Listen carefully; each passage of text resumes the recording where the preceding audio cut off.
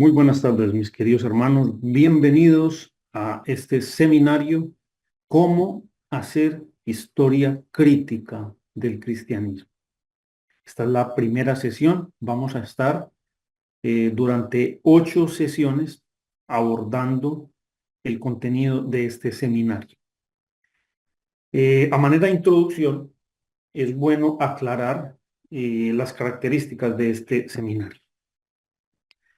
Lo primero es que el seminario tiene un enfoque teórico y metodológico. Por lo tanto, no va a ser un recorrido sobre eventos. O sea, no vamos a hacer lo que en los otros seminarios, que algunos acá ya han cursado esos seminarios conmigo, panorama histórico del cristianismo, historia del cristianismo primitivo, donde me vengo, digámoslo así, cronológicamente, haciendo un recorrido analítico por los principales acontecimientos, personajes y contextos. Eso es un desarrollo histórico temático, digámoslo así. Este seminario tiene un enfoque, llamémosle, de carpintería. Vamos a analizar la estructura de cómo se construye una narración histórica. ¿Y cómo vamos a hacer eso? Comparándola con otras construcciones de narración histórica, que pueden coincidir, pueden diferir. Entonces, nos vamos a meter al taller del historiador, por decirlo de otra manera. Vamos a aprender cómo se construyen esos relatos que hoy llamamos historia, y puntualmente del cristianismo. Entonces, tiene un alto porcentaje de teoría y metodología. Y lamentablemente siempre hay una connotación negativa cuando a la gente le dicen, ay, qué pereza la metodología. Eso, hay hasta memes, el internet está lleno de memes de eso, pero lo que va a ser profesional, un discurso, al menos en el mundo de las ciencias sociales y humanas, es precisamente la teoría y la metodología. ¿Por qué? Porque no es solamente una recopilación y abultamiento de datos, sino la metodología para procesar esos datos. Es lo que vamos a trabajar en este seminario. Entonces, vamos a ver una serie de temas, vamos a manejarlo tipo taller. Yo les voy a dejar unas lecturas propuestas. Espero que las hagan. No van a ser libros de 100, 200 páginas, pero espero que para nadie sea algo muy pesado leer documentos de 20 páginas. Espero que no lo sean. Trataré de que por lo general sean muy, muy amenos. Aunque este mundo de la teoría y la metodología puede sonar tedioso, no, créanme que cuando uno le busca el gusto, tiene mucho sentido. Y si le interesa el tema, pues claro que le va a gustar e interesar lo que se van a encontrar en los textos. Bueno, en esta primera sesión, esta primera charla de 8, nos vamos a dedicar a los siguientes tópicos. Vamos a hablar de el trabajo del historiador. ¿Qué hace un historiador? ¿Cuál es su objeto de estudio? ¿Cómo se acerca a este objeto? ¿Y qué límites y problemas metodológicos tiene? Entonces, quisiera comenzar por definir, o por proponer una definición acerca de la historia que abarque algunos puntos importantes e interesantes que tenemos que empezar a abordar.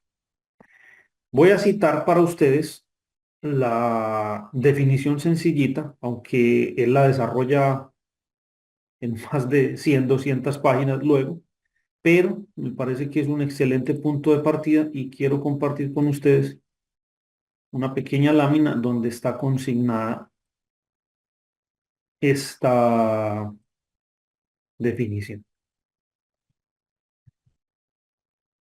Esta definición es del profesor británico Robin Collingwood y dice lo siguiente: ¿qué es la historia? Es la ciencia, importante, ya la considera ciencia, que averigua los actos de los seres humanos que han sido realizados en el pasado. Hasta ahí, sencillo, pero algo clave. A través de la interpretación de testimonios. Repito, es la ciencia que averigua los actos de los seres humanos que han sido realizados en el pasado a través de la interpretación de testimonios.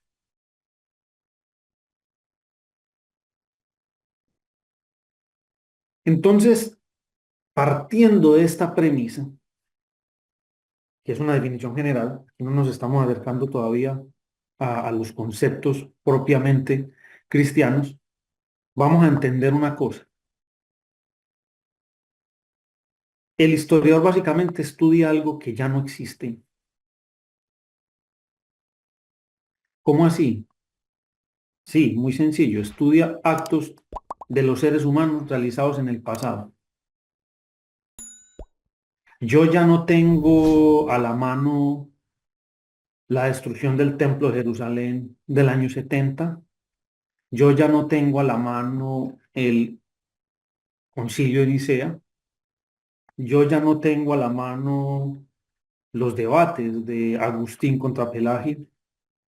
Yo ya no tengo a la mano el martirio de Policarpo ni la expansión de los movimientos montanistas. Yo ya no tengo a la mano eso. O sea, yo no puedo tocarlo, digámoslo así. Pero ¿qué sí tengo? ¿Qué sí tengo a la mano? Tengo unos testimonios. Otra cosa que hay que entender de esos testimonios,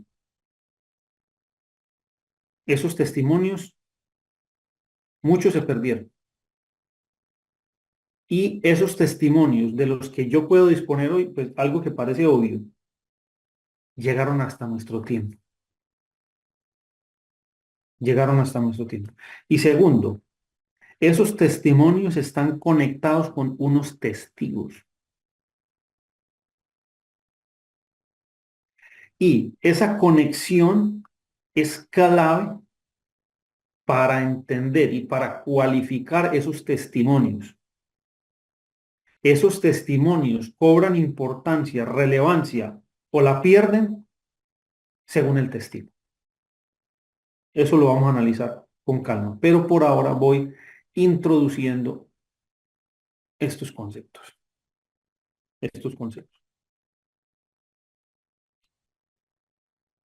Elemento clave de esta definición que nos da el profesor Collingwood de historia.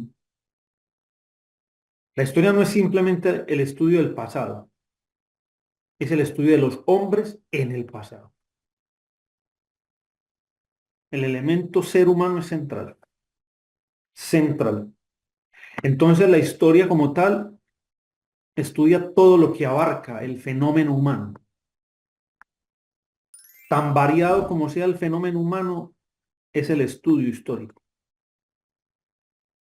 Entonces de ahí que se puede hacer historia económica, historia política, historia religiosa, historia cultural, etcétera, etcétera. Todo fenómeno humano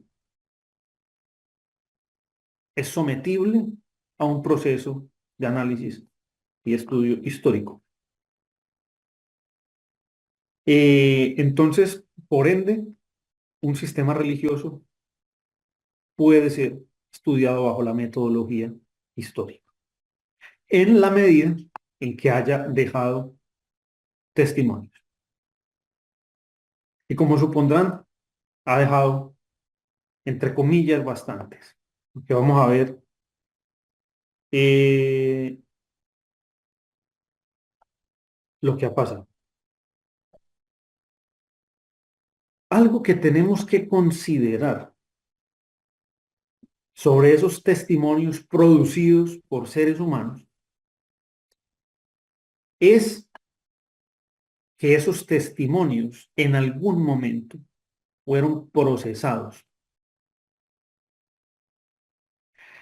y los procesaron de tal manera que los transformaron en acontecimientos. Es decir, en algún momento del pasado, unos hombres consideraron que unos documentos escritos, sean unas cartas, sean unas facturas, sean unos fragmentos de ostraca que dejaron algunas notas, empiezan a construir lo que llamamos el acontecimiento. Posiblemente los que originalmente hicieron esos testimonios, o sea, los testigos directos, digámoslo así, no tenían ni idea de que iban a terminar en las páginas de un libro de historia 500 o 1000 años después. De la misma manera que usted y yo realizamos actos inconscientes hoy en día que hacen parte de nuestro diario vivir o participamos de alguna novedad, calamidad o eventualidad de nuestro tiempo sin pensar que 500 1000 años después un sujeto va a tomar nuestra referencia, la va a escribir y se va a transformar en un acontecimiento histórico. Entonces tengamos en cuenta este orden. Unos testigos, seres humanos, producen unos testimonios, principalmente y primeramente escritos. Luego alguien toma esos escritos porque le sirven para una narración a base de acontecimientos. Entonces, con esos testimonios comienza a construir acontecimientos. Eso pasó en varios momentos. Entonces, voy a tirar un concepto clave que tenemos que empezar a procesar si queremos hacer una historia crítica del cristianismo. Los historiadores crean la historia. La historia no es una cosa que sale así, plop, oh, no pasó más nada. No, no es que no pasó más nada, sino que por alguna razón que vamos a estudiar luego, los historiadores le pusieron la lupa a ciertos testigos, a ciertos testimonios y lo transformaron en ciertos acontecimientos. Entonces comenzó la construcción de lo que podemos llamar, entre comillas, una historia. Entonces aquí estamos entendiendo cómo el historiador comienza a crear la historia. Porque entiéndase algo, esa historia se va a convertir en algo establecido, que se va a comenzar a transmitir también de generación en generación. Y esos acontecimientos que van creando los historiadores se empiezan a conectar muchas veces, quizás la mayoría de veces, artificialmente.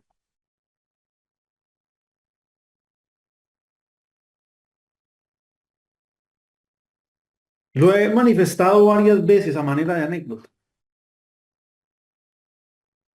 No creo yo, sinceramente, que ningún campesino por allá en el año 476, cuando se depone al último emperador romano de Occidente, al otro día de aquella fecha glamorosa, este campesino se levanta y dice mirando al cielo, increíble, estoy en la Edad Media. Para nada. Para ese campesino que ni siquiera se enteraba de lo que estaba pasando, ¿qué pasó? Nada. La vida siguió igual.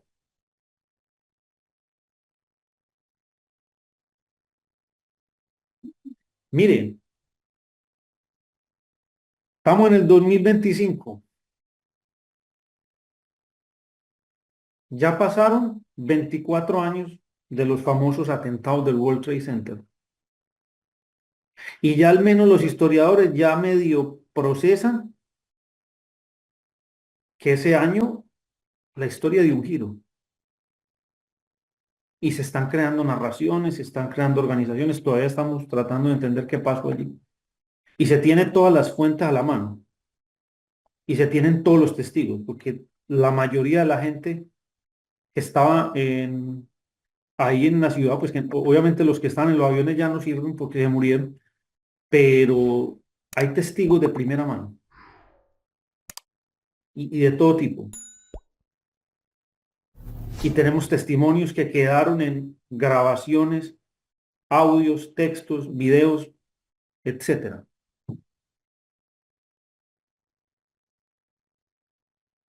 Entonces, pero nuestra humanidad, nosotros como tal, no nos volvimos una persona con un nuevo pensamiento totalmente. La época no cambió dramáticamente de la noche a la mañana, no. Pero ciertamente la humanidad ya asumió los atentados al World Trade Center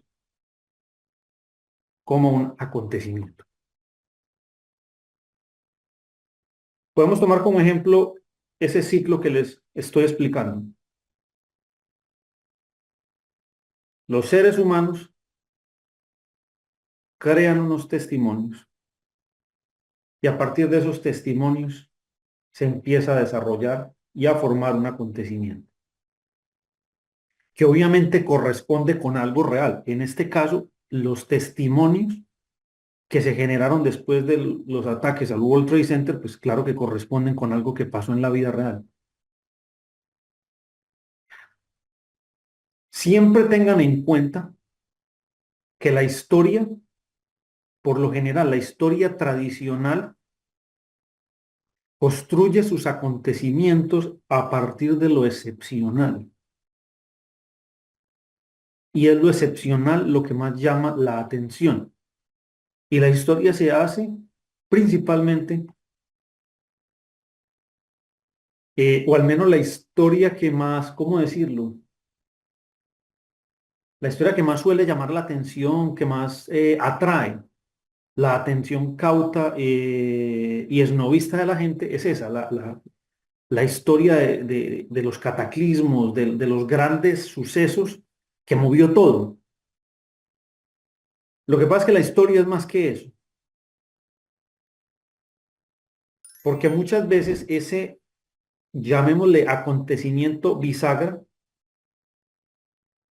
es una pieza que está sostenida por todo un andamiaje de otras piezas. Pensemos, por ejemplo, aquí haciendo una comparación metafórica, si yo voy a mirar una puerta, sí, una puerta de la casa, y simplemente pongo mi lente, mi mira en la bisagra de la puerta, y yo digo, esta bisagra es lo más importante. No, pero es que esa bisagra está moviendo otra cosa. Y a su vez, otras piezas sostienen esa bisagra, pero el lente está puesto en la bisagra. Algo así pasa con la creación del acontecimiento.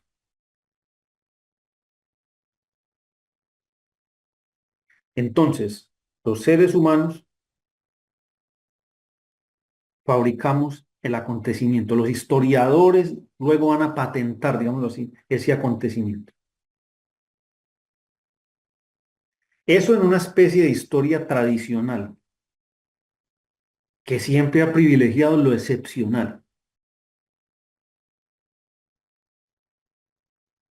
Hoy en día hay toda una serie de corrientes históricas muy interesantes y propiamente desde principios del siglo XX, cuando hay una revolución realmente en las metodologías históricas, por ahora voy a introducir esto, donde se comienza, digámoslo así, a replantear esos objetos de estudio histórico y se comienza a dejar lo excepcional a un lado ¿Y por qué no comen? Y lo excepcional no solamente van a ser sucesos excepcionales, guerras, cataclismos, grandes eventos, los reyes, los grandes guerreros, porque en eso se enfocó la historia tradicional por excelencia, digámoslo así, hizo de eso un fetiche, pero a partir del siglo XX hay toda una serie de influencias, luego voy a explicar esto en detalle, y la historia se va a dedicar también, no es que va a dejar de hacer eso, no, lo sigue siendo, hasta hoy lo sigue haciendo y sigue siendo muy importante, pero va a comenzar a contar lo cotidiano, la historia de los sin nombre, como dirían algunos historiadores, de los que no tuvieron voz, de los que no pudieron escribir. Y entonces hay una serie de propuestas historiográficas muy, muy interesantes en el siglo XX que trata de contar la historia de la gente sin historia. Y empecemos a poner paradigmas históricos para cuestionarlos. La manera en que a usted y a mí nos contaron la historia del mundo. ¿Y cuál era el centro de esa historia? ¿Alguien aquí me sabe decir?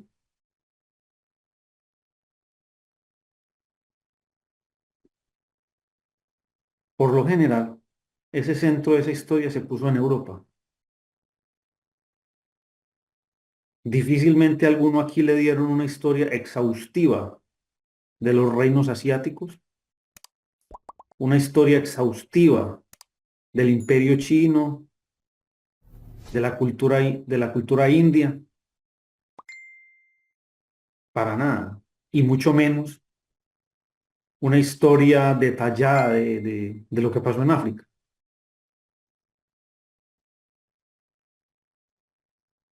¿Eso importa o no importa? No le importa a la historia fabricada que nos entregaron a nosotros. No le importa, porque precisamente el relato histórico que nos llegó a nosotros es una construcción para nada natural. Vuelvo, e insisto en eso. Eso obedece a una historia construida de antemano que ha pasado de generación en generación. Y que a propósito, tiene algunos adentro y otros afuera. Y eso no es natural. Eso es altamente artificial. ¿Me van siguiendo hasta aquí o hay alguien perdido o asustado o preocupado o dormido? Todo bien, aquí estamos, profesor. Hola a todos. Gracias, Raúl. Entonces, recapitulemos algunas cosas importantes aquí. Primer concepto, los hombres producen testimonios que luego otros hombres, los historiadores, transforman en acontecimientos. Y esos acontecimientos se van poniendo en un orden sobre una historia establecida. Y esa historia se va, utilizando el lenguaje cristiano, se va canonizando. Se va canonizando.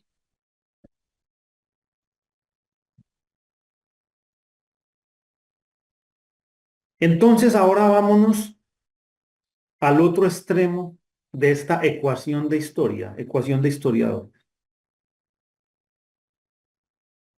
Cualquier hombre, mujer, que quiera saber de algo de historia hoy en día, inclusive el observador profesional, el historiador, si se quiere comenzar a informar de algo, ¿a qué es lo primero que tiene que ir? A lo que puede, y por supuesto a lo primero que va a ir es a esa historia establecida. ¿En dónde está esa historia establecida? En los manuales. En los manuales tradicionales, en los que sean de más fácil acceso, los que están en las bibliotecas, la información que circula en la Internet por lo general. O sea, el material de más amplia divulgación. Entonces allí está esa historia establecida. Y por supuesto hay una lógica. Yo no me voy a interesar por algo que yo no tengo ni siquiera una mención de que existe. Porque a mí no me sale en la cabeza, plop, que yo me voy a interesar por algo que yo no sé que existe siquiera. Entonces, obviamente yo me entero de la existencia de algo por esa historia establecida sobre el pasado.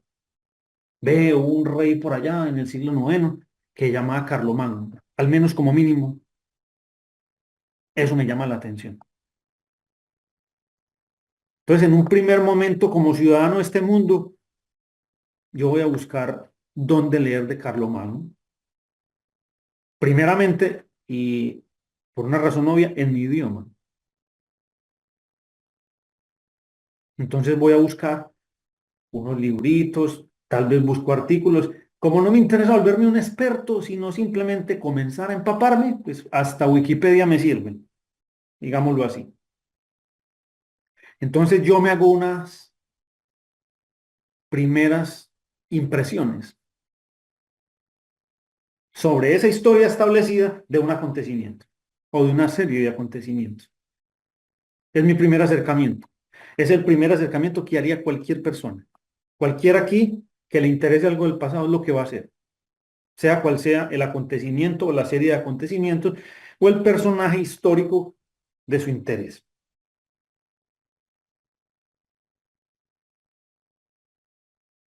Todo observador parte de ahí para comenzar esa observación histórica. Ya viene el punto. Si su interés es profesional, ese camino de investigación va a comenzar a avanzar. Entonces de ahí comienza un proceso de especialización de la literatura. Es decir, va a comenzar a leer más acerca de ese acontecimiento. Todavía sigue en su propio idioma. Entonces va a comenzar a conseguir literatura especializada, personas que se han dedicado a estudiar como tal ese acontecimiento. Estamos en esa parte de la investigación que llamamos bibliográfica. Está leyendo literatura sobre el acontecimiento. Entonces así se va acercando el historiador a su objeto de estudio. En este caso puse el ejemplo de el reinado de Carlomagno.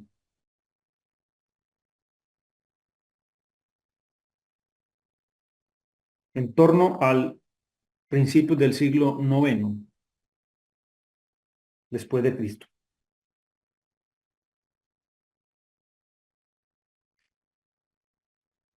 Sigue avanzando, sigue avanzando, digámoslo así, ya se ha informado profundamente en literatura bibliográfica sobre el acontecimiento. De ahí tiene que dar un salto metodológico clave y trascendental. Pasar de la bibliografía a la fuente. Y aquí es donde ya comienza el trabajo netamente de un historiador. Y es obligado tal vez para el lector de a pie no hay problema, es simplemente un deseo, no tiene por qué, pero para el historiador sí es obligado, es ADN de la metodología histórica. Saltar a la fuente, es decir, a los testimonios. Ya no se puede quedar en ese testimonio procesado, digámoslo así, en esa comida chatarra histórica, ya tiene que ir a los testimonios. Y por lo general, ya les dije, los testimonios son escritos y principalmente escritos de la misma época. Recuerden esto, los testimonios se cualifican en caracterizar al testigo. Por ejemplo, no es lo mismo si yo tengo un escrito de Alcuino de York, miembro de la corte de Carlomagno y consejero real, a que tenga un escrito de un monje de una abadía a 2000 kilómetros de Aquisgrán, que es la ciudad donde funcionó principalmente Carlomagno, y que nos contaba sobre cosas que le llegaban a oír. Entonces, aunque tengo aquí dos testigos, la calidad de los testigos tiene una proporción.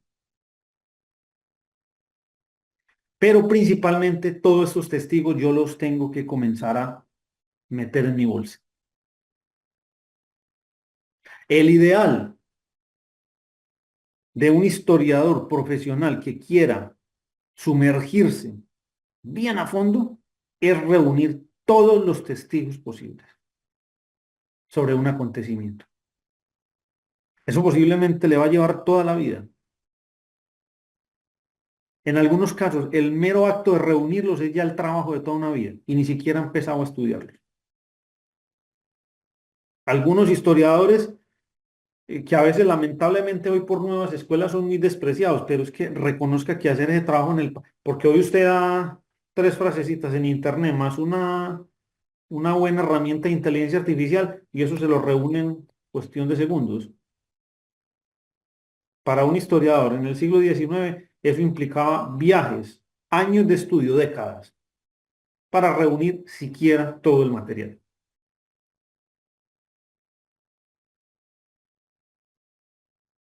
Y ya de por sí eso es un trabajo apoteósico.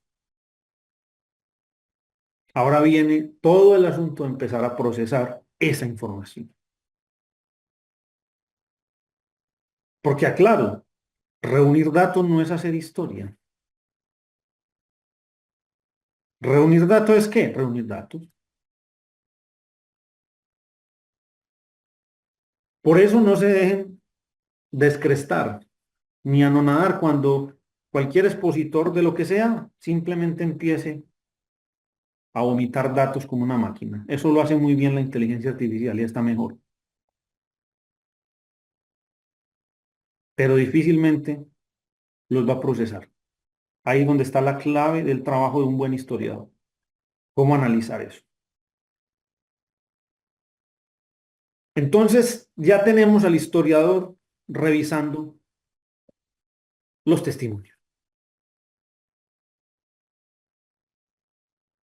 Y aquí va llegando el historiador a los límites. Primero, voy a hablar de los límites más sencillos. Uno de los más obvios es que de esa fuente testimonial escrita está traducido a su lengua. Entonces, mirar qué documentos de los personajes claves de esta época o de testimonios directos o indirectos, pero al menos un poco cercanos, porque pensemos que muchos de los testimonios van a ser gente que escribió 50 o 100 años después, pasan, sobre todo con la historia de ciertos periodos. Eh, entonces es un problema. ¿Qué de eso está traducido al español en nuestro caso? Y en el mejor de los casos, si está uno muy de buena, aunque por lo general si está de buenas, están en inglés. Porque al inglés sí se trata de traducir casi todo. Es muy poquito lo que no se pueda conseguir en inglés, pero bueno. Pero no crean que el hecho de que la fuente esté en inglés no sea también un problema, también lo es. Porque como supondrán, estos personajes del siglo IX después de Cristo no escribieron en español ni en inglés. Escribieron en un latín medieval. Un latín que ya se había comenzado a mezclar con las lenguas locales. Que si bien conservaba toques del latín imperial, pero ya se estaba amalgamando. Y ya se estaba pareciendo esa otra cosa. Ya estaban en embrión las famosas lenguas romances. Entonces miren la calidad de este latín.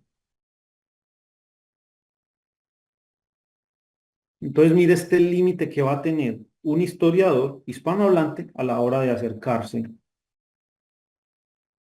a estas fuentes. Entonces, se necesitan ciertos historiadores muy especializados que comienzan a aprender de estas lenguas antiguas. ¿Para poder qué? Para poder leer estas fuentes en sus idiomas originales. Entonces, aquí ya comienza a tener unos límites la labor del historiador. Otro límite, los que hablan y los que callan. ¿Por qué? ¿Quiénes escribieron y quiénes no? ¿Quiénes son los que nos hablan en esas fuentes? ¿Son todos? ¿A qué personajes representan esas fuentes? ¿Representan a todos los hombres? Para nada. Si les estoy diciendo que la correspondencia y los textos de Alcuino de York, un clérigo de la corte de Carlomagno, ¿usted cree que Alcuino de York, por piadoso que fuera, representaba la voz de todos? No, representaba la voz de unos.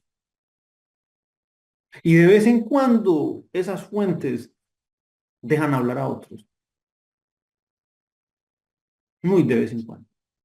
Y tiene que ser la lupa muy incisiva de alguien muy crítico para poder escuchar esas otras voces dentro de una rimbombante voz autoritativa. No hay tal cosa tan fácil de hacer. Entonces también tenemos que tener en cuenta que nuestras fuentes no son inocentes, o al menos no son imparciales, porque es que en esas fuentes está hablando alguien, pero también están callando otros. Y también en esas fuentes se está hablando contra alguien. Y muchas veces no tenemos la voz de contra quién se estaba hablando. Y aquí me voy metiendo ya en nuestra narración y nuestro objeto, la historia del cristianismo. Eso es bien común en la fuente histórica del cristianismo tradicional establecido. Usted se va a encontrar muchos documentos que dicen contra fulano, contra tal, contra los gnósticos, contra los novacianos, contra los montanistas. Se encuentra todos los contra, pero no se encuentra la respuesta de los contra. ¿A usted le parece que eso es natural y que nuestra fuente es imparcial? Para nada. Allá hay un proceso de selección y eliminación también. Entonces, en ese sentido, nuestra fuente no es imparcial. Nuestra historia es un discurso establecido de unos sobre otros y no es tan inocente como a veces pensamos.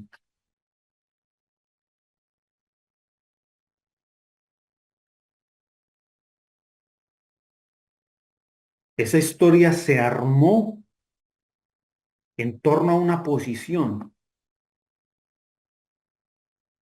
y no es para nada inocente. Hay un volumen puesto adrede sobre unas voces y un silencio impuesto sobre otras. En nuestras fuentes no hablan todos, mis queridos hermanos. Eso es un problema que el historiador crítico tiene que aceptar y entender.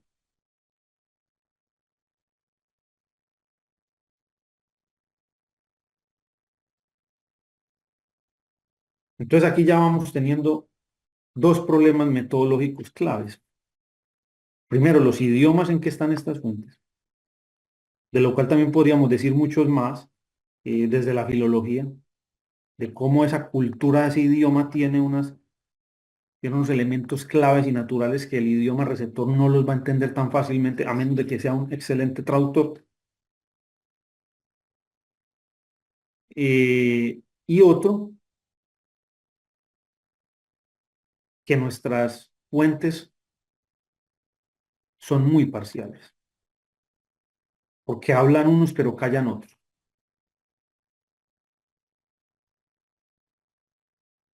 Y obviamente esa selección artificial de fuentes se dio para ir alimentando precisamente esa historia establecida. Porque digámoslo así, esas fuentes que sobrevivieron y llegaron a nuestros días, sobrevivieron es porque precisamente sirven y van de la mano de esa historia establecida. Pero si esas fuentes no le sirven a esa historia establecida, desaparecieron. En unos casos, desaparecieron muy voluntariamente. ¿Por qué? Porque se destruyeron, se quemaron. En otros van a desaparecer naturalmente bajo el efecto del tiempo y el olvido. ¿Por qué? Sencillamente se dejaron de copiar. Entonces no se copiaron y en abadías y bibliotecas donde no se tuvo ningún cuidado de esto, entonces simplemente por el tiempo, el olvido y algunas cuantas plagas y uno que otro incendio, se perdieron.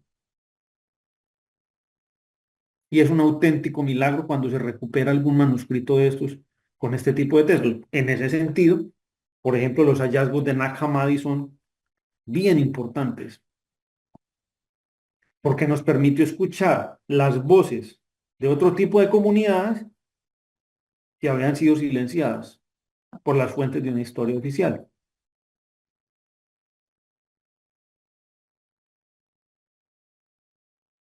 Mire que aquí todavía yo no me he metido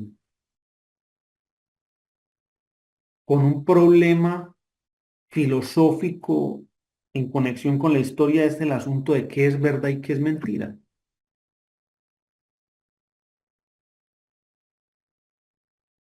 Porque, a ver, digámoslo así, pensemos en este ejercicio que estamos realizando como un ejercicio judicial.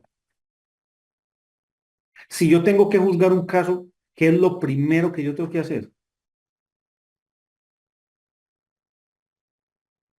Si usted tiene que juzgar un caso, hermanos, aquí, ¿qué es lo primero que ustedes tienen que hacer? Ver los testigos. Y escuchar los testigos de qué parte, Raúl. De ambas partes. Y mientras más testigos, mejor. Y los selecciono por los de mayor a menor importancia. Y hay que cualificar a los testigos. Claro, Yo no puedo simplemente ponerlos a dedo. Tengo que caracterizar, cualificar a los testigos. A este sirve, este. Entonces, en esa medida,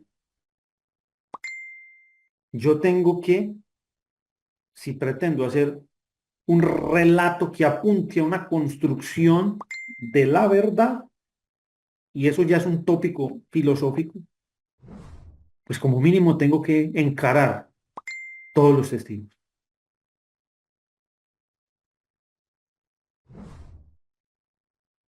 Y el asunto de lo verdadero y lo falso lo vamos a ir dejando para otras sesiones de este seminario.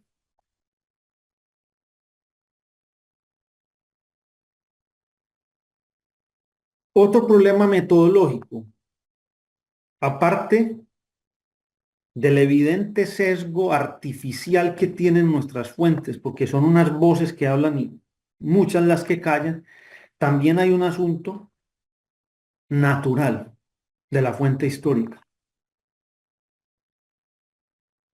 La fuente histórica es un rompecabezas de 2000 piezas, del cual solo tenemos 250. Entonces, tenemos que armar artificialmente el resto del rompecabezas De 2000 piezas con solamente 250 piezas. Entonces, sí, es cierto, podemos saber algunas cositas a ciencia cierta, sí, es cierto. Pero hay que tener en cuenta que el resto es altamente hipotético.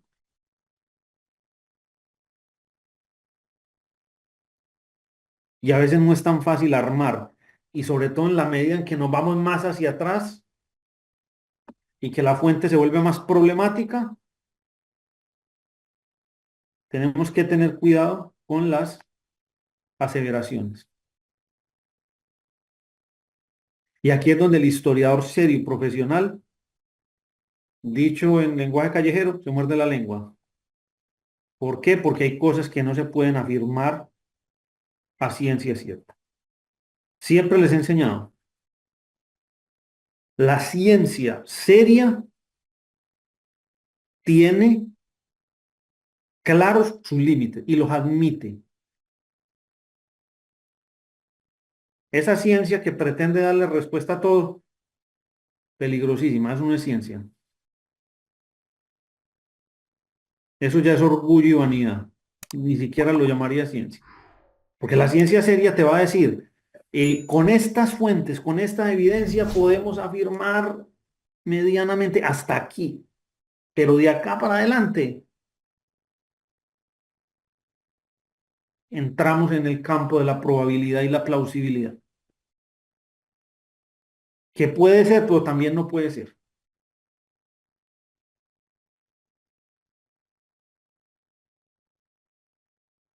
Entonces tenemos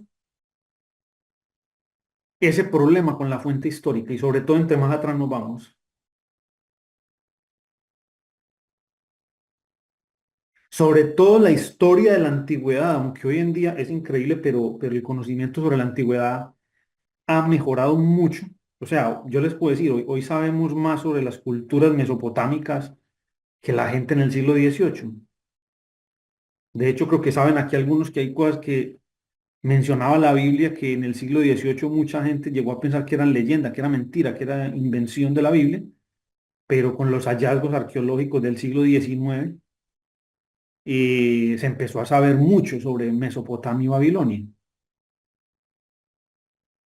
Y ciertamente esa arqueología del siglo XIX benefició el estudio bíblico, pero también la puso en jaque en algunas cosas. Pero hay que entender por qué a qué fue lo que puso en jaque esa arqueología del siglo XIX.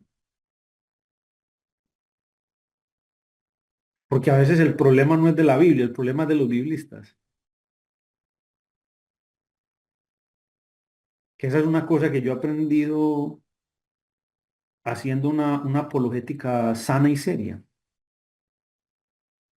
A veces el problema no lo tiene la Biblia, no. Ninguna de estas cosas realmente ha insultado y ha blasfemado la Biblia. Los que enredamos la Biblia fuimos los intérpretes, que creíamos que sabíamos mucho de la Biblia, pero los hallazgos arqueológicos demostraron que no sabemos tanto, que es más lo que ladramos que lo que sabemos. Y en esta época de opinadores profesionales, más todavía, más todavía. Entonces, recapitulo, problemas metodológicos, tres cositas. Los idiomas de las fuentes. Segundo, quiénes hablan en ellas y sobre quién nos hablan y contra quién nos hablan. Y tercero, lo incompletas que están. Solo por ahora estoy introduciendo los testimonios escritos como parte de la fuente de la que dispone el historiador, porque luego van a meterse todo lo de la fuente arqueológica, pero por ahora no los voy a meter allí. Por ahora no los voy a meter allí. Entonces, a modo de síntesis de esta primera charla, tengamos en cuenta que la narración histórica no es un discurso inocente, No es un discurso que se formó naturalmente. Sí, eso no podía ser de otra manera, tenía que ser así. No, eso para nada es. Es una fabricación muy pensada y muy procesada y repetida muchas veces con la fuerza incluso de las armas.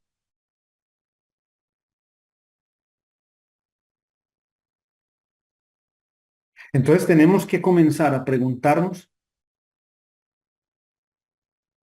por qué esa historia, por quién es esa historia, cómo llegó hasta nosotros esa historia, por qué faltan voces y si se ha recuperado algo de esas voces, ¿dónde están?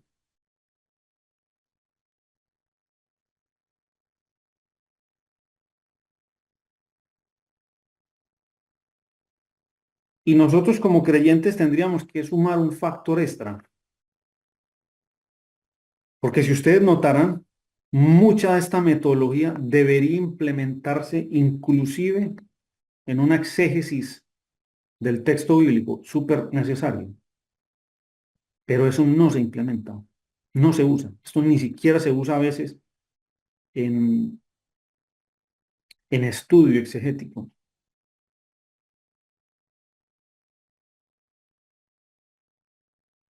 Yo no digo pues que todo predicador tiene que ser historiador, no, no, no, para nada, pero sí informarse un poquito más. Y los elementos que ofrece la disciplina histórica, teóricos y metodológicos, son fundamentales para hacer exégesis hoy. Y hoy no se concibe una hermenéutica seria sin las herramientas de análisis histórico. No son todas, ojo, no son todas, pero son fundamentales.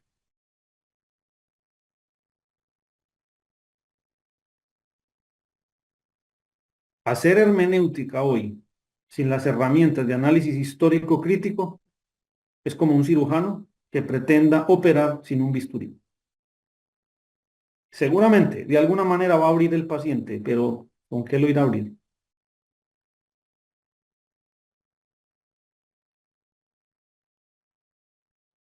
Entonces, tenemos que empezar a pensar, cuestionar, eso es crítica, cuestionar. Entienda que crítica no es hablar negativamente de algo, no, no, no. Ser crítico es comenzar a preguntarnos los por qué de las cosas.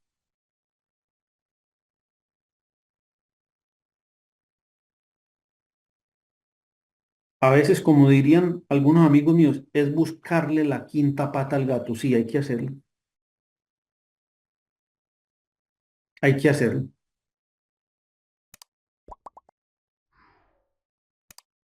Y una especie de premisa que tengo yo como historiador creyente, porque saben que me considero creyente. Mire, yo no dudo de lo que el Señor dijo, pero dudo altamente hoy en día de lo que los hombres me dijeron que el Señor dijo. Por eso molesto tanto con la broma. Y sé que el grupo aquí está un poco en confianza, entonces puedo decirles como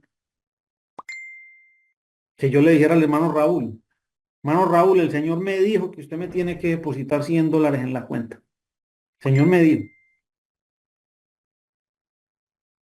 ¿Usted qué me responde, hermano Raúl? Eh, ¿Que por qué? ¿Cuál sería el motivo documentado? Que Por ahora yo le digo que Dios me dijo, hermano. yo le diría que a mí no me ha dicho eso Dios. Bueno, yo sé que me toman un poco en broma esto, pero piensen que básicamente eso hoy está pasando. Entonces no es de tenerle miedo a la aproximación crítica a la historia de nuestra fe, para nada. Con este seminario no pretendo yo minar la fe, sino entender y procesar por qué creemos y por qué creemos unas cosas y por qué no. Y en lo personal a mí sí me ha hecho depurar mucho mi fe.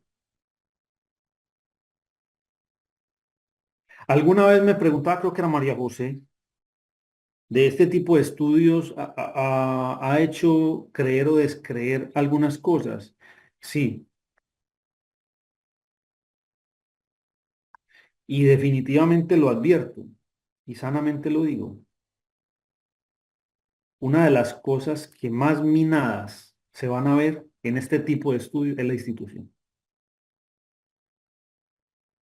Porque precisamente la institucionalidad eclesiástica se sustenta, uno de sus pilares fundamentales en la historia establecida. Por eso la va a defender a capa y espada. Y cualquier tipo de narración histórica emergente, altamente crítica, la va a condenar. No va a ser de su agrado. ¿Por qué? Porque está minando su autoridad. ¿Le está quitando autoridad a Dios y a su palabra? Para nada, yo no creo. Yo no veo eso. Pero la institución, perdón, sí sale altamente perjudicada con este tipo de análisis y estudios. Y vamos a ver también, es inevitable en este tipo de estudios, ya les introduje algunos conceptos que vamos a estudiar. Y aquí les voy a poner sobre la mesa antes de terminar mi intervención, más o menos la temática que nos viene en las clases siguientes.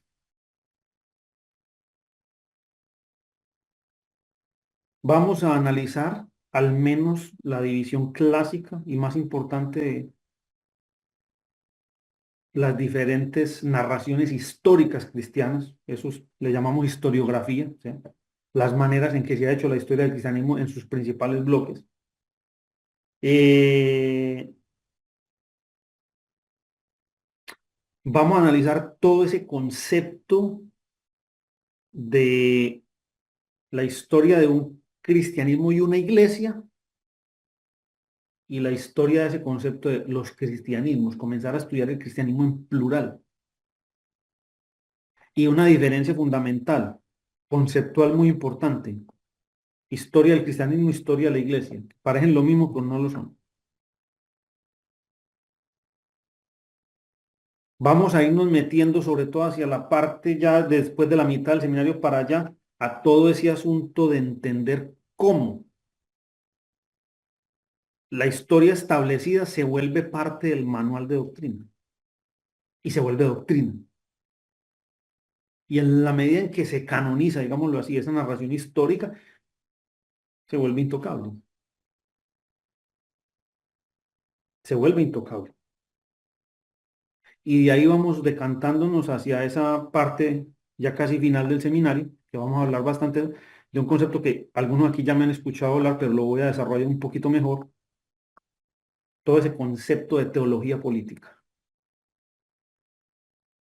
Cómo unos poderes muy humanos se cristianizan en cierta manera, pero van a politizar la palabra de Dios. El texto bíblico lo van a instrumentalizar en la configuración de sus imperios y lo van a volver teología política. Y de la mano van a surgir la contraparte de ese término, que no es una oposición, es una ayuda. Políticas teológicas. Vamos a estudiar los dos conceptos. Teología política y políticas teológicas.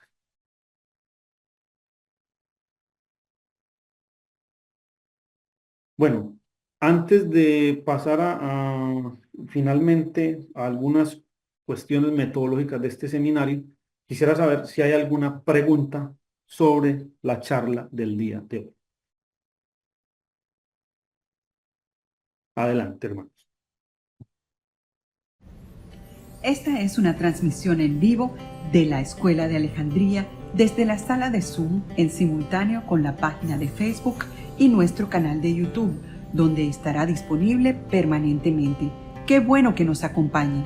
Si este contenido le está generando alguna pregunta, inquietud, duda o comentario, le invitamos cordialmente a interactuar con los profesores e invitados, así como también a suscribirse al canal activando la campana para recibir notificaciones cada vez que abrimos estos espacios en vivo o subimos nuevos contenidos.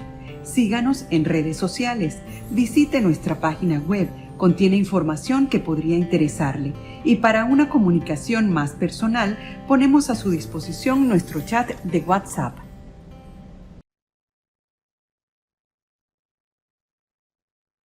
Si alguien está hablando, tienen el micrófono cerrado. Y sinceramente espero que esta charla no le haya provocado un infarto cerebral a ninguno de ustedes. Adelante, Por acá. adelante, Em, hermano. Profesor Lucas, lo mismo entonces, bueno, no es parte del, de este seminario, pero em, lo mismo, por ejemplo, todos los libros de la Biblia, el Nuevo Testamento, los Evangelios, todo eso lo que pasa es que ahí es lo que quiero decir, que cuando empezamos a ver el análisis histórico crítico de cómo fueron desarrollándose los escritos que nos llegaron, como las capas que tiene y el desarrollo histórico que hay ahí, desde un punto de vista netamente humano, por ejemplo, Juan, el Evangelio de Juan, que en una postura dice de que todo lo que está ahí dentro refleja el odio, entre comillas, que sale contra los fariseos, los judíos, es un reflejo de que estos judíos que no aceptaban a Cristo, a Jesús, lo echaban de la sinagoga, iban siendo echados de la sinagoga y en función de eso es que fueron redactando Juan, el Evangelio de Juan. Lo que nos llevó a nosotros fue un reflejo un poco de una comunidad, la comunidad del discípulo amado, que fue echada de varias sinagogas en distintas ciudades. Entonces, como ejemplo. Entonces, yo creo que eso es lo que ese análisis así crudo y duro del desarrollo de los textos que nos llegaron, que nos llegaron unos textos finales, digamos, unas últimas versiones, es lo que afecta, yo creo, la fe de muchos, creo yo. Ese es como un poco el análisis, reflexión, pregunta. No sé qué opina usted, por ejemplo, en el ejemplo que le puse de Juan, por ejemplo. Mira, hermano Raúl, no dejes de pensar que también esa narración histórica contemporánea obedece a unos propósitos y no es inocente tampoco. Ni siquiera la que está articulando su profesor es inocente. Yo trato de apelar a unos criterios de objetividad y los animo a que hagan crítica de lo que les enseña su profesor. Para nada se queden en esto como una verdad revelada de que Dios me dijo, no. Es que como creo que Dios me habla a mí, también creo que les habla a ustedes, pero que hay un punto de sobrepeso allí, o sea, de contrapeso que va a equilibrar, porque evidentemente sí creo que Dios habla, por supuesto, pero hay contrapesos que nos sirven para empezar a filtrar qué dijo Dios y qué creyó la gente que dijo Dios que no dijo. Y la misma Biblia está llena de esos contrapesos. De cuando llegó gente hablando en nombre de Dios, pero también cuando Dios abrió la boca, el que tenía que abrir la boca para decir un momento que uno así. Entonces, esos discursos históricos que se crean en la contemporaneidad también obedecen a impulsos y a fuerzas del momento, a veces incluso políticas.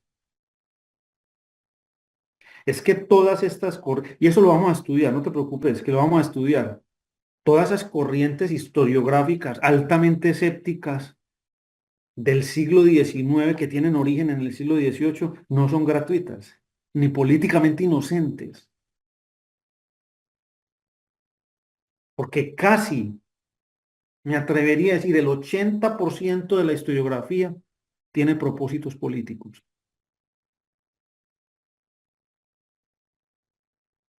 No es gratuito que un famoso historiador cubano tituló un ensayito que le dedicó inclusive al Che Guevara y le llamó La historia como arma.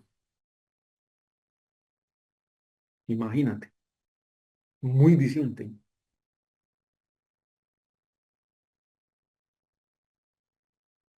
Entonces, claro, es un instrumento que se usa hoy, Raúl. A veces incluso yo he llegado a pensar que una historia hipotéticamente crítica sirve para callar un alma atormentada por su culpa y sus pecados. Conversaba con mi querida hermana Yute de que, y yo se lo digo como creyente, historiador, a mi carne le convendría demasiado, demasiado, que la mitad de la Biblia fuera mentira. Porque a mí también, como a todos los cristianos, a mí me encantan los versículos de promesas y la ayuda de Dios y la salvación de Dios, la ayuda, pero la exhortación sobre los pecados,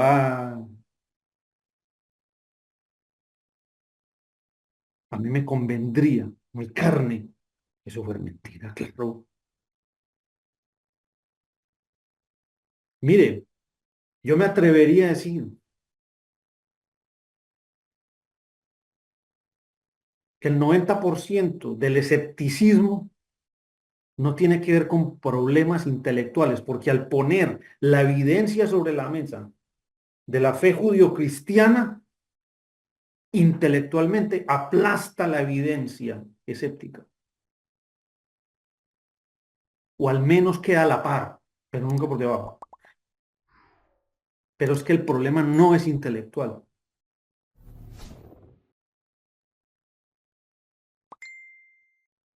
Hay un texto de la teóloga Jutta Burgraff que me pareció muy interesante. En su manual de teología fundamental, ella dice que la fe no es un acto intelectual. La fe es un acto del corazón. De la misma manera que la no creencia lo es también. La no creencia no es un acto intelectual, es un acto de corazón. O sea, a la final es una decisión. Muy interesante cómo lo desarrolla. Voy a ver si traigo ese texto aquí y lo leemos juntos en una de las sesiones del seminario.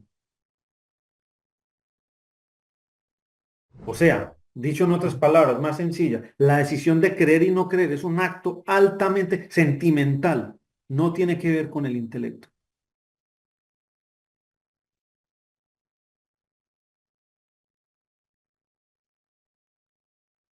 Y recuerdo inclusive una anécdota que citaba Josh McDowell en su famoso libro.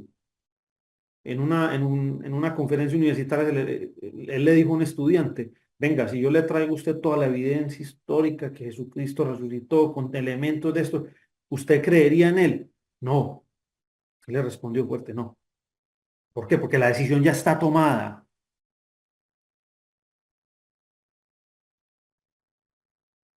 Entonces hay un caso de escepticismo donde el asunto no es intelectual.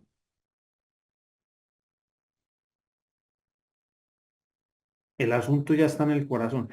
Y allí, a propósito del seminario de apologética que comienza el próximo mes, vamos a hablar de eso. Que ya no es un asunto de convencer con argumentos. No, no, no se desgaste. Vea, créame que hay personas en este mundo que no necesitan argumentación intelectual. No les sirve, es que no les sirve. ¿Por qué? Porque no es un asunto de la cabeza, que no son tontos. Ellos no tomaron la decisión de no creer por tontos. No, no. Pero en su corazón ya está la raíz. Está la decisión de no creer. ¿Por qué? Porque es que no le conviene a la carne. No le conviene. Entonces, volviendo al tema de este seminario, Raúl, el texto bíblico, si lo miramos metodológicamente como un historiador, es una gran recopilación de diversas fuentes. ¿De qué nos hablan? De la revelación de Dios a lo largo de diferentes periodos de la historia, de diferentes culturas y de diferentes lenguas. Que sí, que se van hilvanando en torno a un pueblo. Sí, eso es cierto, pero realmente son varias culturas allí que confluyen allí. Y eso, vos lo estudiaste también conmigo en el seminario discipulado en teología bíblica, donde fuimos viendo eso. Y también lo peligroso que es pretender que nos encaje todas esas revelaciones así forzado. Ojo también con eso. Eso es lo que te puedo decir por ahora. Espero haberte dado un poquito de luz al respecto. Sí, profe, está bien, gracias. ¿Quién más tiene alguna pregunta o comentario?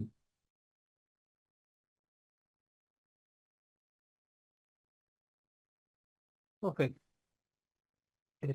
buenas noches. Hermano Oh, Artus, si puedes subir el volumen o acercarte más a tu micrófono, que te oigo por allá como si me ¿ahora? estuvieras hablando desde el otro barrio. Ah, Sí, un ya. poquito mejor, adelante.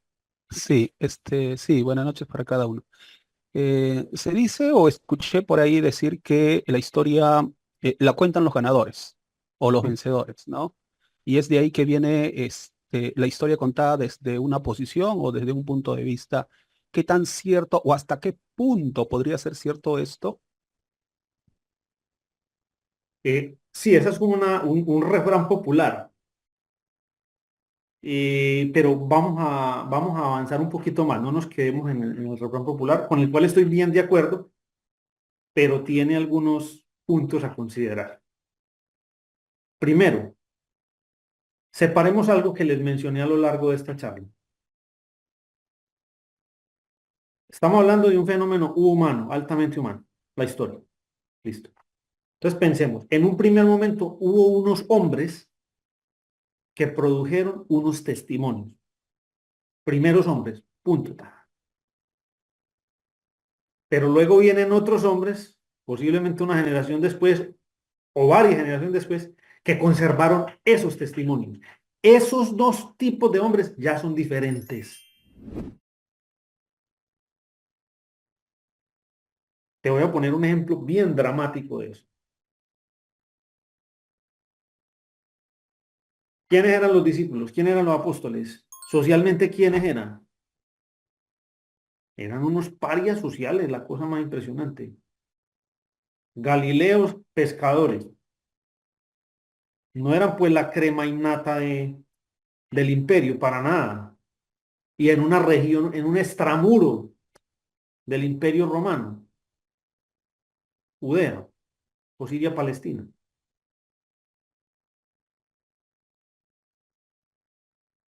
Ellos produjeron los primeros testimonios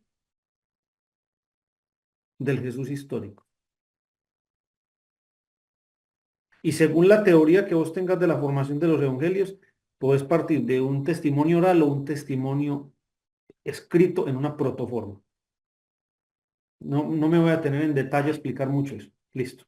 Independiente de las dos que vos creas, ellos fueron los primeros en producir el testimonio, ese testimonio. Ok. Pero ¿quiénes van a comenzar a conservarlo? Una élite creciente. ¿Y cuál es después, quiénes son los que van a canonizar esa fuente? Ya no son los mismos parias. Ya es gente que tiene estatus y posición en el imperio romano. Entonces, digámoslo así en términos muy cristianos, tratando de analizar la frase que pone sobre la mesa Arthur. Tal vez la historia no la escriban los vencedores, pero sí la patentan y la comercializan los vencedores. Eso es bien interesante. Y se aplica en cierta manera, y hay un interesante análisis que hace el profesor Julio Trévole Barrera en su monumental obra la Biblia judía y la Biblia cristiana, donde él hace una reflexión acerca de quiénes son los personajes de la Biblia. Porque es que algo muy interesante de la Biblia como fuente histórica y también como narración, inclusive literaria, es los personajes. Porque en eso la narración bíblica rompe toda la lógica de la antigüedad. Porque es que en la narración bíblica hablan los marginados. O sea, usted escucha las grandes epopeyas y te está hablando de reyes, hijos de dioses, de poderosos. No, no, no.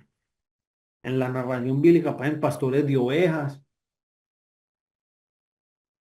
profetas a veces de unas clases hasta bien subvaloradas.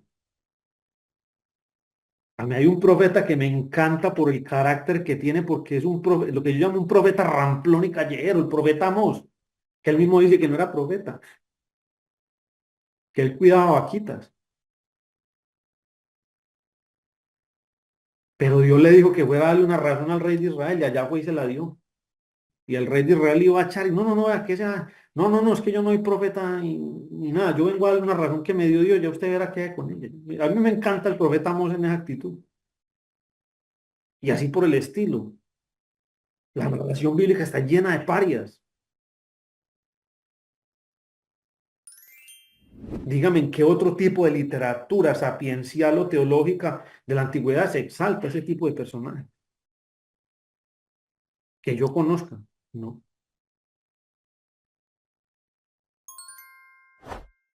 Entonces,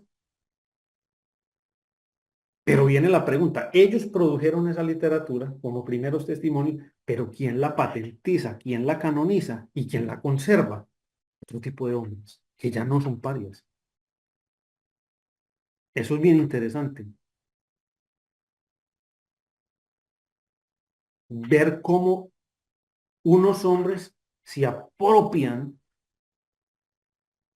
de los testimonios de otros. Y eso tiene consecuencias positivas y negativas. Pues positiva, que se preservó ese testimonio.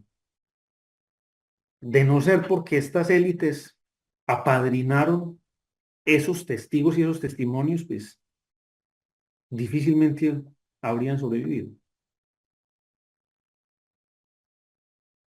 Y negativos es que obviamente se volvieron la piedra angular de esos sistemas institucionales. Obviamente, muy de vez en cuando van a manipular y a menudo van a tratar de que se ignore precisamente el contexto, el ADN de esos testimonios. ¿Por qué? Buena pregunta. Buena pregunta. Y concluyo esa parte con esto. Definitivamente, esos dos tipos de hombres son muy diferentes. Eso, ténganlo claro, obsérvenlo, mírenlo en ustedes. ¿Quién produjo esos testimonios? ¿Quién los conservó? Los patentó, se apropió de ellos. Y ojo que con esa apropiación del testimonio,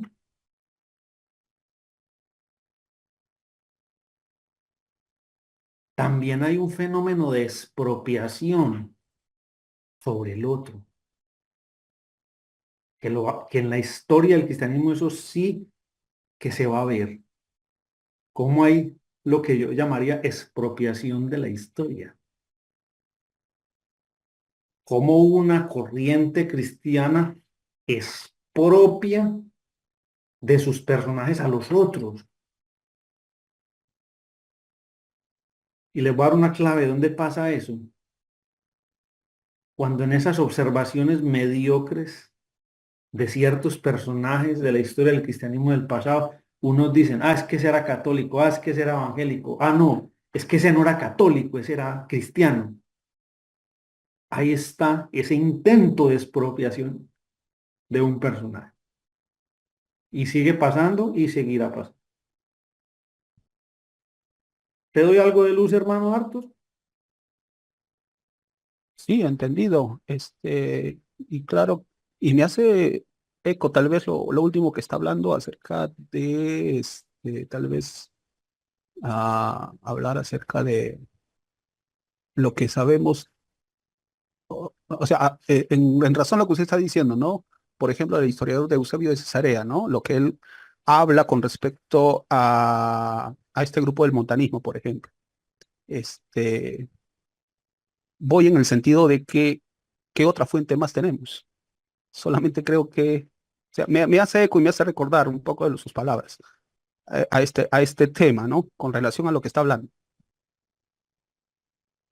Ve, mira, a propósito de que mencionaste el montanismo, es un fenómeno que yo he seguido con especial interés y hay más fuentes, por supuesto, pero fueron, digámoslo así, exorcizadas de alguna manera y opacadas y no son tan fáciles de adquirir.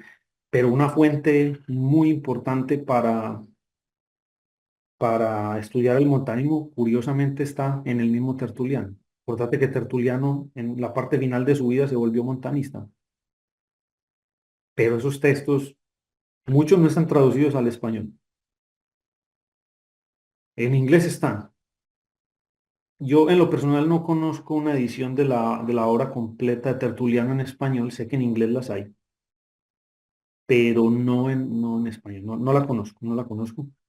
Eh, pero sería muy interesante estudiar y digámoslo así, es un propósito que tengo, porque sí me gustaría más adelante, como parte de mis investigaciones, hacer un buen trabajo de investigación sobre el montanismo. Me llama demasiado la atención a mí el montanismo, es un fenómeno que me ha gustado estudiar.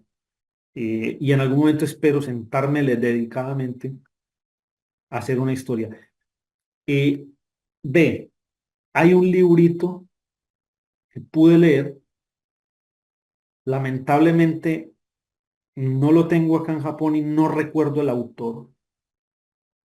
Es un manual sobre historia del cristianismo primitivo escrito por un autor alemán católico y el tipo sí hizo una investigación muy buena sobre el montanismo. De hecho, es el mejor capítulo que me he leído sobre historia del montanismo. También, a propósito, el doctor Piñero tiene un capítulo muy interesante sobre el montanismo en su libro Los cristianismos derrotados, muy completo. Eh, pero me gustó mucho el de este historiador alemán, pero me van a perdonar, saben que mi biblioteca todavía está en Colombia y no tengo el libro acá a la mano, sino se lo referenciaba de una vez, pero este tipo sí hizo una muy buena investigación y él empieza a citar los oráculos de los montanistas, que son bien difíciles de conseguir.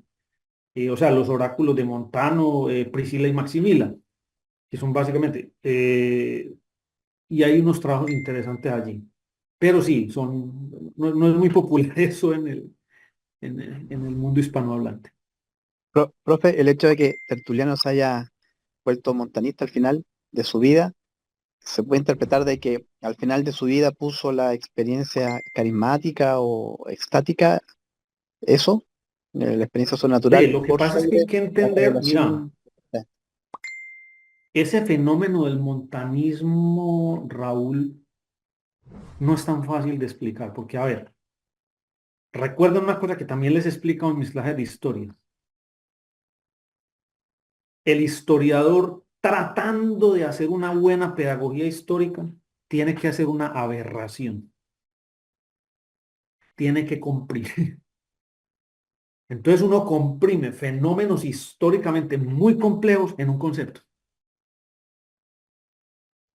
Y comprimir el fenómeno montanista en la expresión carismático, sí, está bien, pero es también condenarlo. El montanismo era más que eso, porque el montanismo también es una reacción contra la jerarquización,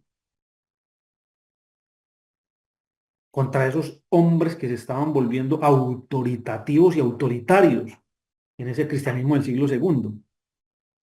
Entonces, ojo que no es solamente una fusión carismática, es una fusión carismática que va conectado con ese, porque no todos empezaron a aceptar eso que va a defender tan a carta abierta Ignacio de Antioquía de el obispo, los presbíteros y los diáconos, la jerarquía naciente. No, todo el mundo no va a aceptar eso a principios del siglo segundo. Ah, ya, Los, ya, entiendo mejor. los montanistas van a ver otra fuente de autoridad. Y por Como la ahora no comunidad, nos metamos en decir cuál es mejor o cuál es peor. No, había otras opciones. Los que han podido ver la clase sobre el cristianismo del siglo segundo, allí se pueden hacer una idea de eso. También está en mi canal de la escuela de Alexandría, pueden verlo. Eso es lo que te puedo decir ahí, Raúl. Entonces, cuidado con caer, porque, vuelvo y le repito, uno en su labor pedagógica tiene que comprimir fenómenos en conceptos, pero eso no deja de ser peligroso y problemático. podrían ser un símil como como los esenios en los judíos. Pero que ese símil tiene muchos problemas, Ah, ya, ok. demasiados problemas, porque ya obedece a fenómenos muy diferentes, porque la expresión carismático no casa para nada en la comunidad de Seno, para Pero nada. ellos tenían su escrito y sus revelaciones aparte también. La comunidad, la Qumran sobre todo. Bueno, ahí habría que comparar más cosas y establecer las reglas de la comparación. Antes de empezar a Ah, comparar, establecer las concepciones. Miren, ok, entiendo. una recomendación que suelo hacer yo como historiador es básica y a propósito de esta primera clase introductoria. Cuando estudiemos historia, pongamos una reglita de seguridad. Meta a los personajes y los acontecimientos en las categorías de su época. Voy a poner un ejemplo de los pelos para que me entiendan qué quiere decir eso. Es como que yo me ponga a decir que Jesucristo era socialdarwinista o que era comunista. Venga, esos son categorías que aparecen a finales del siglo XIX. Categorías sociológicas. Usted lo que puede decir de Jesucristo como personaje histórico, encájelo en las categorías de su época. ¿Qué puede decir? Bueno, o era esenio, o era fariseo, porque eran categorías que existían en su época. Entonces, ojo, traten de hacer eso siempre, para no caer en, mejor dicho, maltrato histórico, porque eso metodológicamente es aberrante.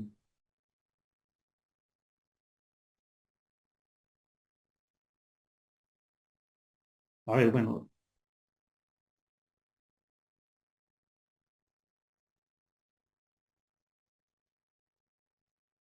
no, Arthur, no es tan viejito el historiador. Es que me pregunta Arthur que si el historiador que menciono es Adolf von Harnack. No. Y en tanto, porque Adolf von Harnack, hasta donde tengo entendido, era reprotestante. Eh, Angelito, ¿puedes hacer tu pregunta con micrófono encendido o no la puedes hacer? Que me gustaría que la hicieras para que quedara en la grabación.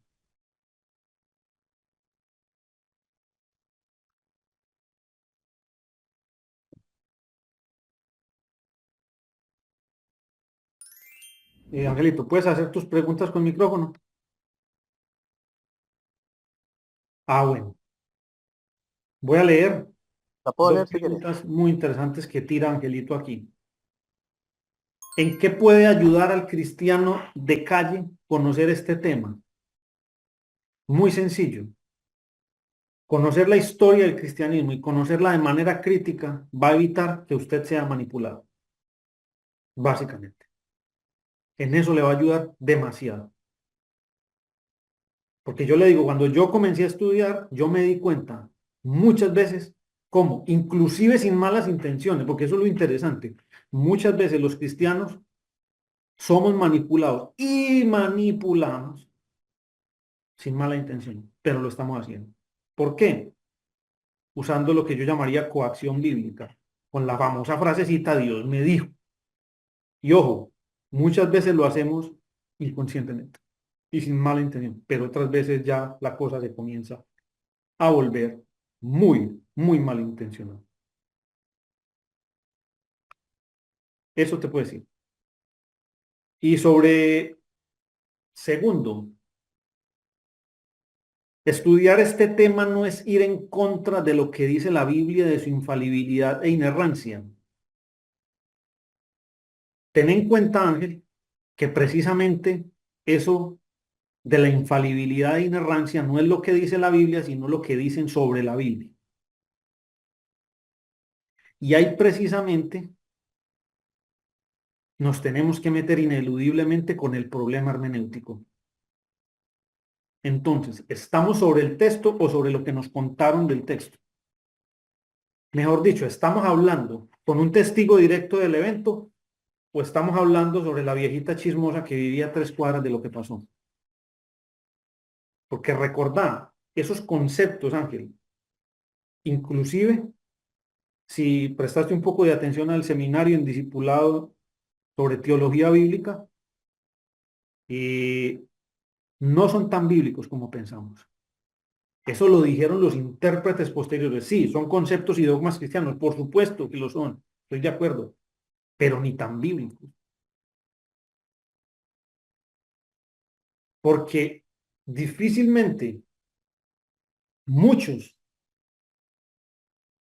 de los testigos que produjeron los testimonios que quedaron plasmados en el texto bíblico, difícilmente pensaban cosas tan infladas como los dogmas de infalibilidad e inerrancia.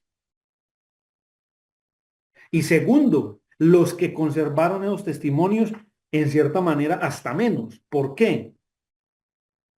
Porque muchos de ellos se dieron la total confianza de estirar las palabras de sus maestros hasta más y llegar a afirmar cosas que los mismos maestros o predecesores no afirmaron. Una cosa que a veces poco se piensa de la estructura natural del texto bíblico. Y se los explicaba yo un poco en el seminario. En esa recopilación que finalmente llegó a nuestras manos como texto bíblico, usted va a encontrar exégesis de la revelación anterior. O sea, los profetas, ¿qué son? Los profetas son grandes intérpretes de la Torá y están haciendo exégesis y aplicación a los casos de sus comunidades y de su época. Si estudiamos, por ejemplo, desde la escuela crítica el libro de Isaías, en su división en 3 Isaías, encontramos que la escuela profética que inaugura el profeta Isaías del siglo octavo antes de Cristo, pues va a producir esa segunda parte de Isaías del capítulo 40, creo que es como hasta el 55, si la memoria no me falla, pues está haciendo una exégesis con base en lo que había enseñado su predecesor, el profeta Isaías del siglo octavo antes de Cristo. Entonces está haciendo exégesis, está estirando inclusive la opinión de su maestro, que ojo, ellos no dudaban de que era palabra de Dios, pero ellos no se sentían menos inspirados a hacer esa exégesis. Pero definitivamente no tenían esos conceptos, que es un desarrollo teológico bien entrado la historia cristiana, que perfectamente podía ser bien ajeno al mundo de la Biblia. Eso es lo que te puedo responder por ahora, mi querido hermano Angelito. Bueno, quisiera saber si hay alguna pregunta más. Sí, yo Adelante, hermana voy a Yuki. poder explicarme porque sí es un tema muy amplio y yo entendí que la crítica de la historia sería algo como reflexionar sobre los resultados, como a la manera del libro de Holland, por ejemplo, que ven lo que pasó a través de la historia, el resultado que dio el cristianismo y cómo es evidente en esta época.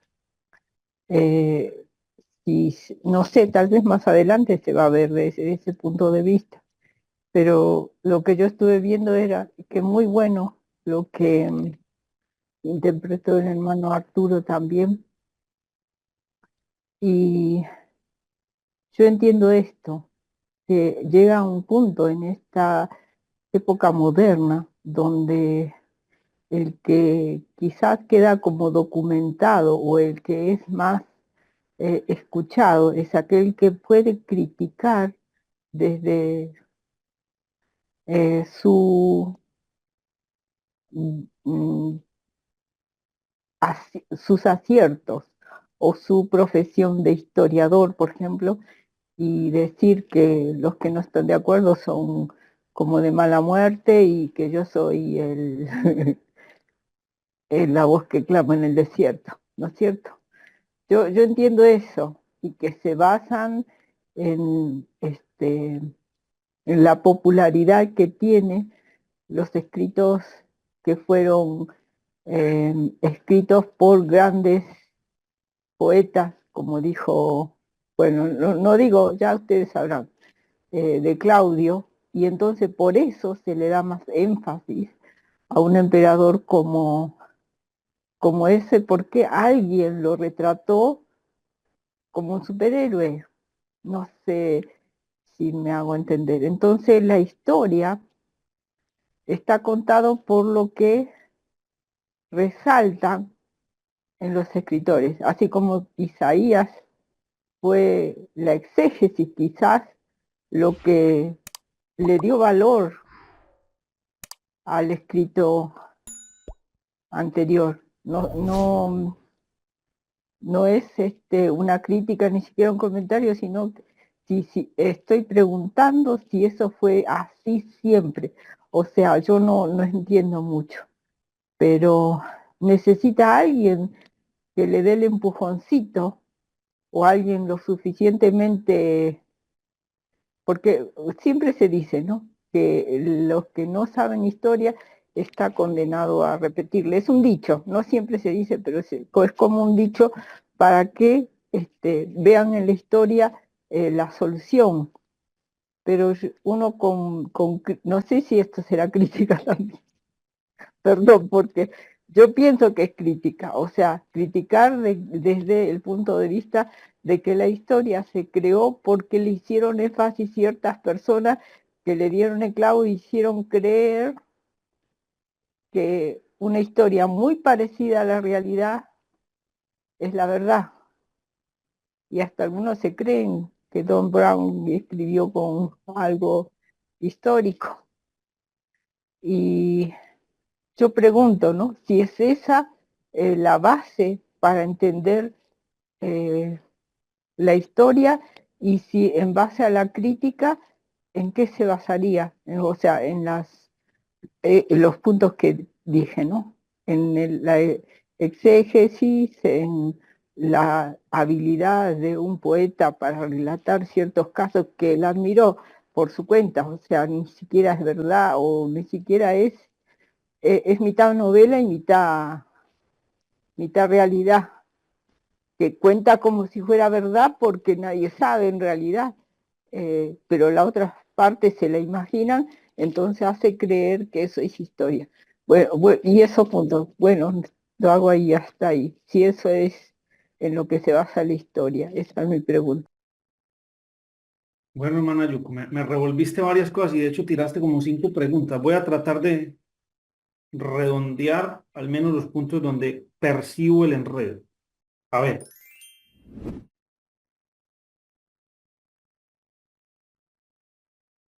pensemos en un asunto de testigos y testimonios, como lo expuse al principio de la clase.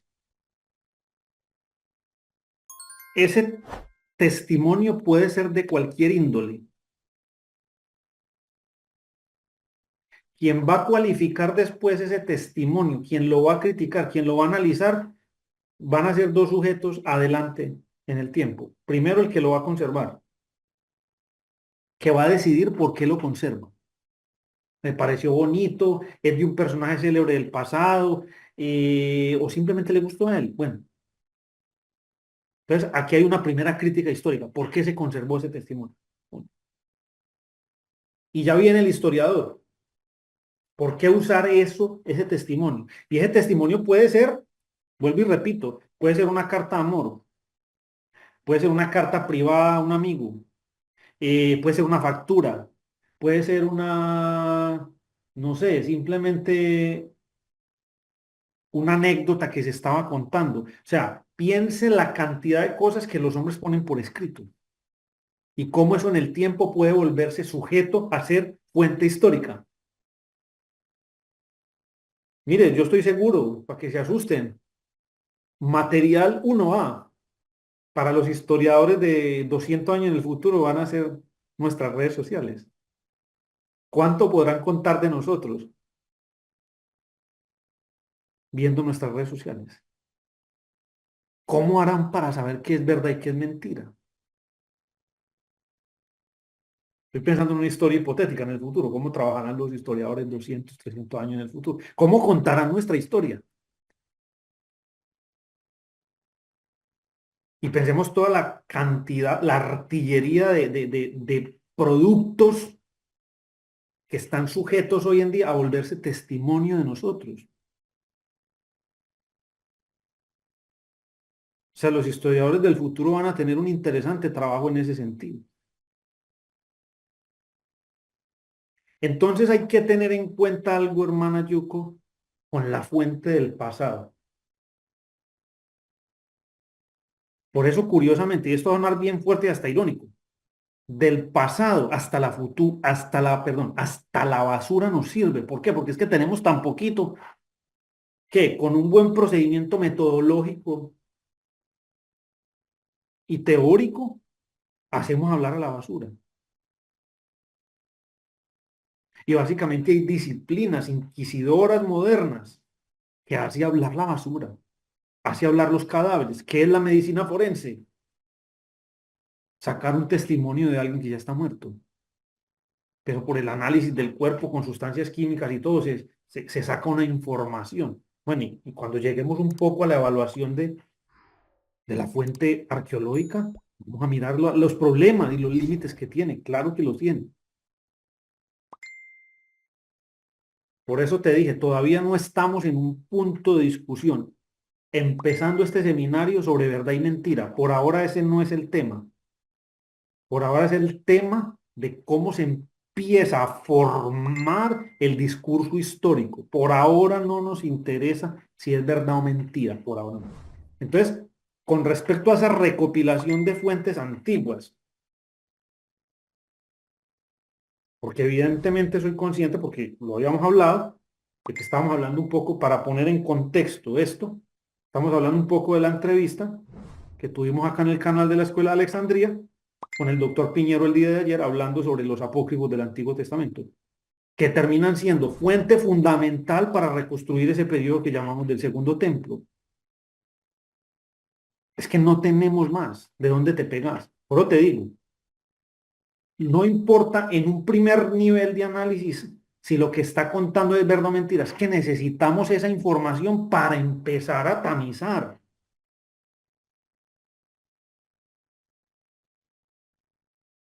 Un procedimiento, llevémoslo otra vez al ejemplo del tribunal, del juzgado. Vos no te sentás al juzgado, en el caso de que sos el juez, sin siquiera escuchar los testimonios, decir, esta es mentira, esta es verdad, esta es mentira, es verdad. No, no, no, vos primero los tenés que escuchar. Eso pasa con la fuente antigua, los tenemos que escuchar.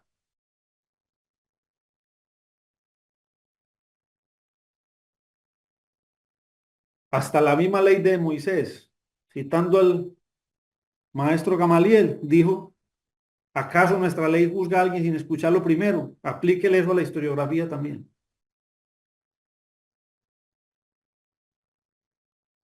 Por ahora ese material es fundamental porque es casi lo único que tenemos para entender ese marco temporal tan importante para entender el Nuevo Testamento y las primeras comunidades cristianas.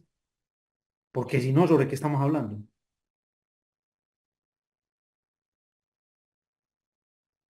Es que es el marco teórico natural, marco histórico natural del Nuevo Testamento, esa literatura.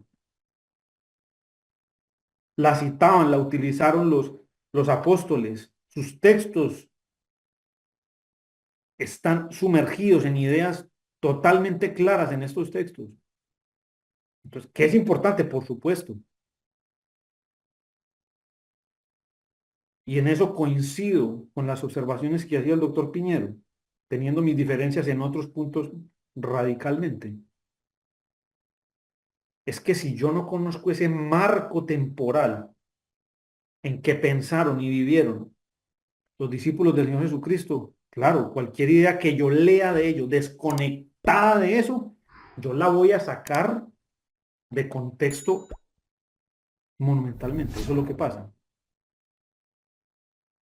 Por eso una cosa clave que enseñamos acá en la Escuela de Alejandría, la importancia de la literatura parabíblica, para hacer una exégesis decente del corpus bíblico.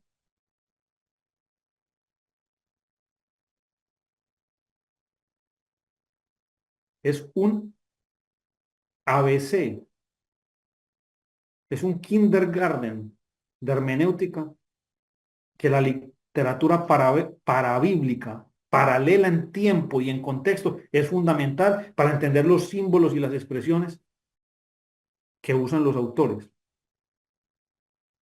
que sí leemos.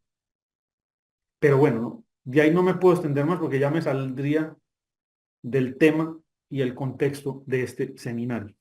Por ahora puedo solamente decirte eso, mi querida hermana Yu. Espero haberte dado un poco de luz y entendido que el problema es mucho más complejo, pero por ahora solo les puedo dar estas indicaciones.